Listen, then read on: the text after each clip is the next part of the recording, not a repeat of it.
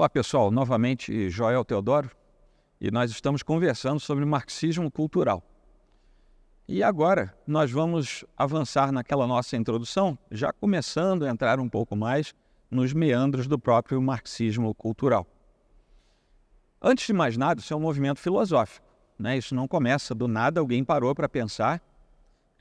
Nós vamos daqui a pouquinho falar um pouquinho também sobre a questão do início do pensamento marxista, porque existe o marxismo de ordem econômica e o marxismo de ordem cultural, mas eles colaboram no mesmo sentido, só que com estratégias diferentes. Ora, pensando como elemento filosófico, enquanto a filosofia, como uma ciência humana, pretende entender o mundo, entender as ações ocorridas no mundo, entender as formas de pensamento, entender como é que nós progredimos nos nossos pensamentos, o marxismo, que tem também um fundo filosófico, ele não nasce do nada, alguém parou para pensar naquilo, desde o seu início ele se dispôs não a entender o mundo, mas a alterar a estrutura do mundo.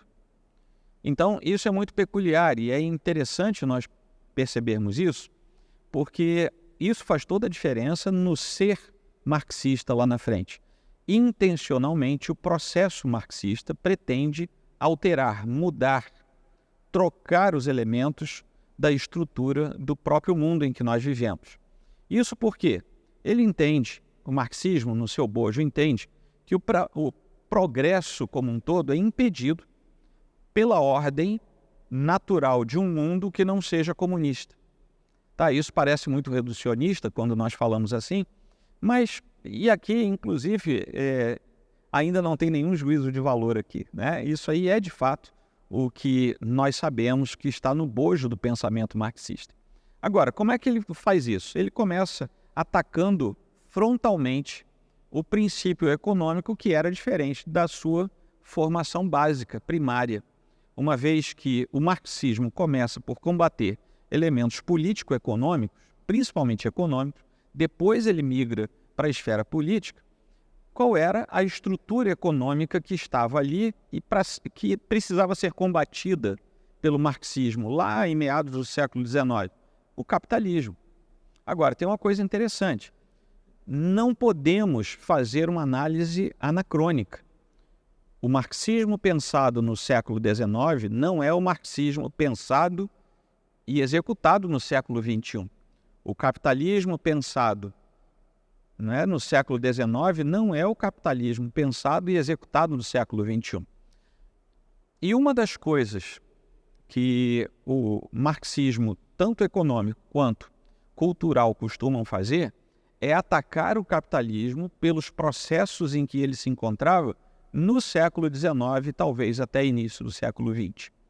Então isso é uma disposição anacrônica que nos faz ter uma ideia errada daquilo que acontece, daquilo que precisa ser combatido.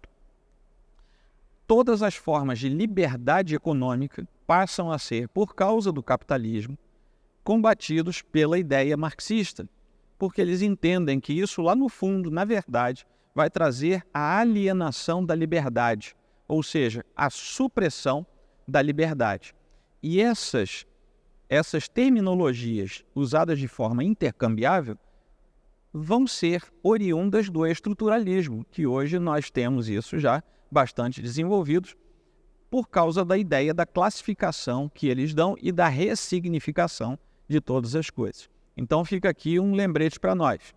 Marxismo e capitalismo do século XIX não são iguais aos do século XX, principalmente do meio para frente, muito menos do século XXI. Quando nós pegamos hoje uma teoria econômica ou social e fazemos a defesa com base no que acontecia no século XIX, nós estamos sendo propositadamente anacrônicos, mas estamos nos baseando numa ideia estruturalista para ressignificar os conceitos. Obviamente, a enorme maioria das pessoas não pensa nesse formato, então facilmente são iludidas. Os críticos marxistas, por causa de tudo isso, eles costumam analisar a história de um modo generalizado a partir de meios ideológicos. ou seja, eles não analisam a história pelos fatos que conseguem levantar da história, mas eles fazem uma interpretação dos fatos da história a partir do conceito ideológico que eles carregam. Você pode me perguntar assim, todo mundo faz isso?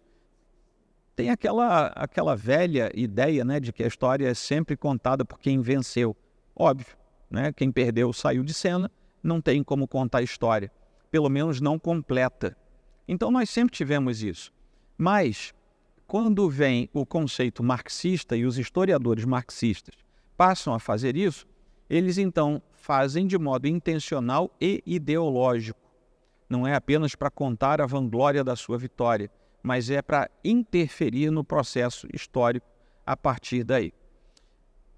O pensamento marxista que nós temos hoje, né, o contemporâneo, sofreu influências muito fortes de um sujeito que era teórico do marxismo e morreu em 1990, que era o Louis Althusser. Ele, por exemplo, é quem alcunha, né, ele modela as teorias da ideologia e da hegemonia, né? E daí, dessa ideia de tornar a sociedade hegemônica, é claro que ele não fez isso na hora da morte, em 1990, mas ele fez isso no auge da sua produção intelectual, meados do século XIX, é daí que vem a ideia de se aparelhar ideologicamente um Estado. E daí que começa essa correria para diminuir o elemento técnico no Estado e aumentar o elemento de aparelhamento, o que quer dizer, eu tenho alguém que seja fiel à minha ideologia, mesmo que não seja um bom técnico naquela posição. Então, por exemplo, você pode ter numa secretaria de saúde de um estado, não mais um médico, mas um ideólogo ligado a um partido de estado. E isso começa a ser trabalhado por ele, né? O início do pensamento dele é uma crítica, dizendo que o capitalismo fazia isso, né? Mas, na verdade, é quando ele insere. E uma outra coisa que é muito comum no pensamento marxista é sempre apontar ao outro a fala que você mesmo tem. Ou seja, o seu discurso, quando você sabe que ele pode encontrar barreiras, você primeiro coloca na boca do outro, do seu opositor, e assim você vai ganhar chance de andar.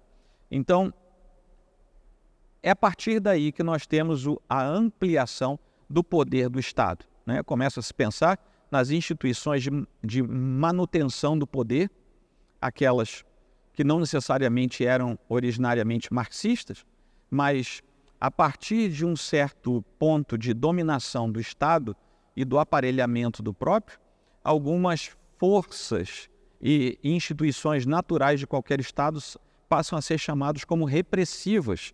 Por exemplo, as cortes, a lei, né, ela passa a ser chamada de repressiva e precisa ser dominada e alterada. As prisões, as forças policiais, as forças armadas.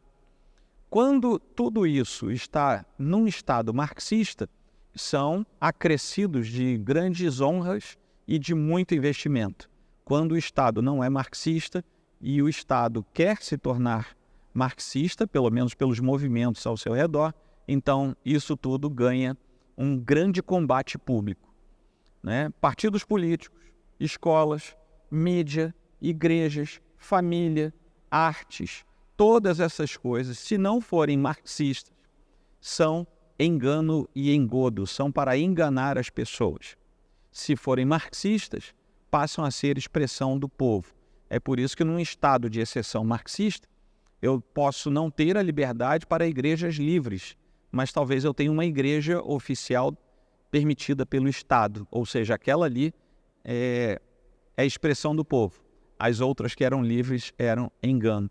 E essa linha de pensamento, voltando a dizer, segue nada mais, nada menos do que a linha estruturalista de pensamento. No universo soviético, quando nós tínhamos a União Soviética, o estruturalismo sofreu uma adaptação bastante forte lá e, em muitos casos, passaram a ser absorvidas as ideias do estruturalismo por um movimento chamado formalismo, que muitas vezes é chamado de formalismo russo, que também servia para a mesma coisa. Tudo isso embora escolas diferentes e com linhas de ações muitas vezes diferentes. Tudo isso tem a ver diretamente com a questão ideológica, em conexão com uma hegemonia pregada, dizendo-se que ela precisa ser necessária para a libertação proposta pelo marxismo. Essa foi a segunda parte. Daqui a pouquinho a gente fala de novo.